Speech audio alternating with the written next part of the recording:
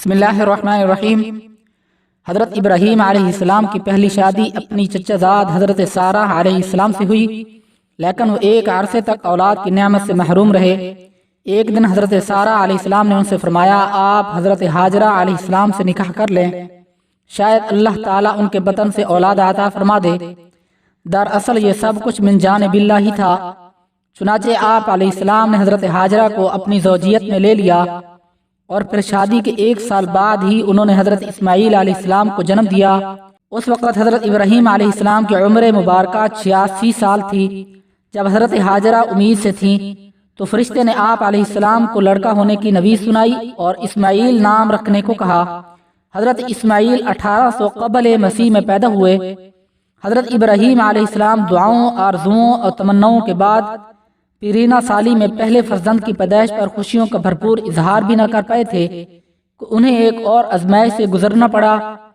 وہ بحکم الہی نومولد لخت جگر اور فرما بردار بیوی کو ہزاروں میل دور ایک ایسی وادی میں چھوڑ آئے کہ جہاں میلوں تک پانی نہ تھا، نہ چرند پرند اور آدم تھا، نہ آدم زاد۔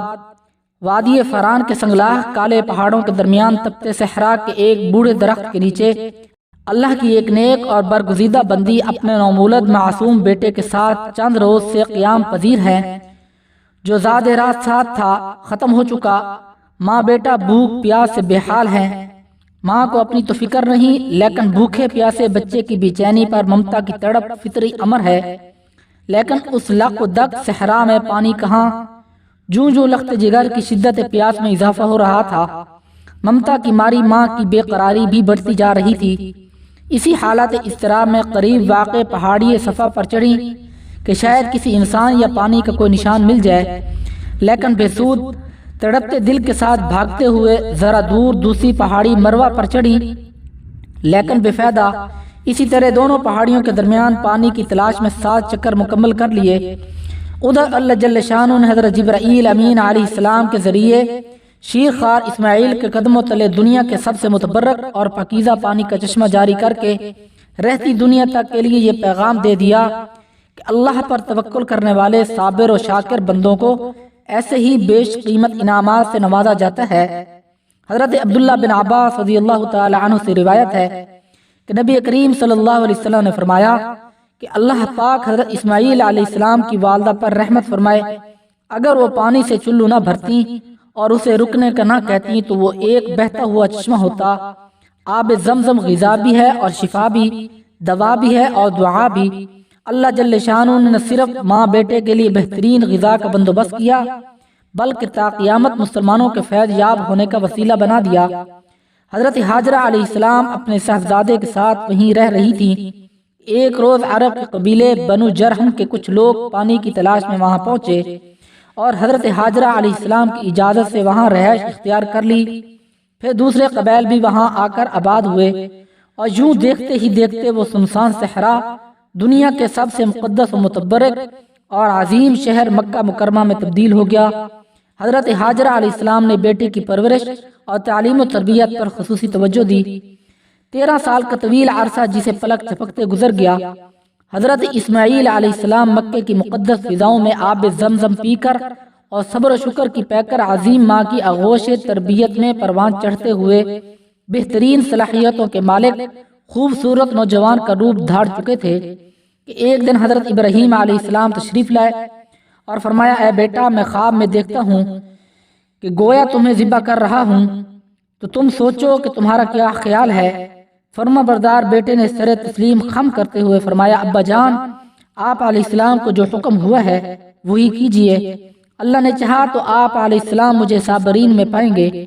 حضرت اسماعیل علیہ السلام کا یہ سعادت مندانہ جواب دنیا بھر کے بیٹوں کے لیے آداب فرزندی کی ایک شاندار مثال ہے۔ اطاعت و فرما برداری اور تسلیم و رضا کی اس کیفیت کو علامہ اقبال رحمۃ اللہ علیہ نے یوں بیان کیا ہے، یہ فیضان نظر تھا یا کہ مکتب کی کرامت تھی، سکھائے کس نے اسماعیل کو آداب فرزندی۔ حضرت ابراہیم علیہ السلام نے بیٹے کا جواب سنا تو انہیں سینے سے لگا لیا اور حضرت ہاجرہ علیہ السلام کے پاس لے آئے۔ فرمایا، اے ہاجرہ، آج ہمارے نور نظر کو اپنے ہاتھوں سے تیار کر دیجئے۔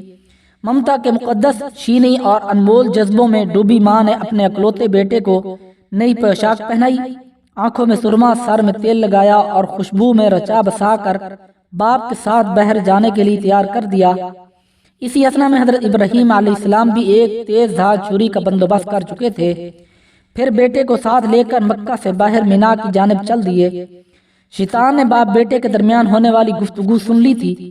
جب اس نے صبر و استقامت اور اطاعت خداوندی کا یہ روح پرور منظر دیکھا تو مضطرب ہو گیا اور اس نے باپ بیٹے کو اس قربانی سے باز رکھنے کا فیصلہ کر لیا۔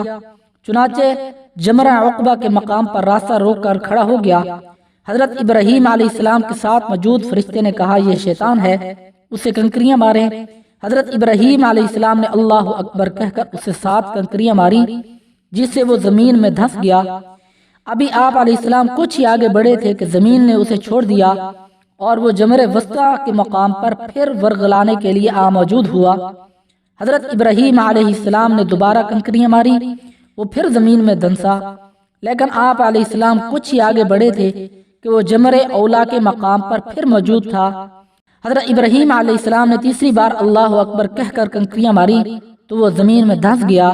اللہ تبارک و تعالیٰ کو ابراہیم خلیل اللہ کا شیطان کو کنکریاں مارنے کا عمل اس قدر پسند آیا کہ اسے رہتی دنیا تک کے لیے حج کے واجبات میں شامل فرما دیا۔ شیطان اپنی ناکامی پر بڑا پریشان تھا۔ تینوں مرتبہ کی کنکریوں نے اس کے جسم کو زخموں سے چور کر دیا تھا۔ اچانک اسے ایک نئی چال سوجی اور وہ عورت کا بھیس بدل کر بھاگم بھاگ حضرت ہاجرہ علیہ السلام کی خدمت میں حاضر ہوا اور بولا اے اسماعیل کی ماں، تمہیں علم ہے کہ ابراہیم تمہارے لخت جگر کو کہاں لے گئے ہیں؟ حضرت ہاجرہ علیہ السلام نے فرمایا ہاں وہ باہر گئے ہیں، شاید کسی دوست سے ملنے گئے ہوں۔ شیطان نے اپنے سر پر ہاتھ مارتے ہوئے کہا وہ تیرے بیٹے کو ذبح کرنے وادی مینا میں لے گئے ہیں۔ حضرت ہاجرہ علیہ السلام نے حیرت اور تعجب کا اظہار کرتے ہوئے فرمایا یہ کیسے ممکن ہے کہ ایک شفیق اور مہربان باپ اپنے چہیتے اور اکلوتے بیٹے کو ذبح کر دے؟ اس موقع پر بے ساختہ شیطان کے منہ سے نکلا وہ یہ سب اللہ تعالیٰ کے حکم پر کر رہے ہیں۔ یہ سن کر صبر و شکر اور اطاعت و فرما برداری کی پیکر اللہ کی برگزیدہ بندی نے فرمایا اگر یہ اللہ تعالیٰ کا حکم ہے تو ایک اسماعیل کیا اس کے حکم پر 100 اسماعیل قربان ہیں۔ شیطان یہاں سے نامراد ہو کر واپس مینا کی جانب پلٹا، لیکن وہاں کا ایمان افروز منظر دیکھ کر اپنے سر پر خاک ڈالنے اور چہرہ پیٹنے پر مجبور ہو گیا۔ وادی مینا کے سیاہ پہاڑ، نیلے شفاف آسمان پر روشن آگ برستا سورج، فلک پر موجود تسبیح و تحلیل میں مصروف ملائکہ اللہ کی راہ میں اپنی متاع عزیز کی قربانی کا محیر العقول منظر دیکھنے میں محو تھے۔ مکے سے آنے والی گرم ہوائیں بھی مینا کی فضاؤں میں موجود عبادت و اطاعت، تسلیم و رضا اور صبر و شکر کی ایک عظیم داستان رقم ہوتے دیکھ رہی تھیں۔ روایت میں آتا ہے کہ جب حضرت ابراہیم علیہ السلام نے حضرت اسماعیل علیہ السلام کو لیٹنے کی ہدایت دی تو حضرت اسماعیل علیہ السلام نے فرمایا ابا جان میں پیشانی کے بل لیٹتا ہوں تاکہ آپ علیہ السلام کا چہرہ مجھے نظر نہ آئے، اور آپ علیہ السلام بھی اپنی آنکھوں پر پٹی باندھ لیں تاکہ جب آپ علیہ السلام مجھے ذبح کر رہے ہوں تو شفقت پدری کے امر الہی پر غالب آنے کا امکان نہ رہے۔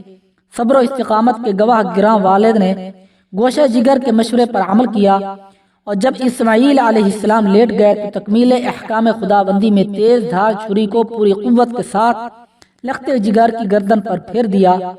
باپ بیٹے کی اس عظیم قربانی پر قدرت خداوندی جوش میں آئی اور اللہ جل شانہ کے حکم سے حضرت جبرائیل علیہ السلام جنت کے باغات میں پلے سفید رنگ کے خوبصورت مینڈھے کو لے کر حاضر ہوئے۔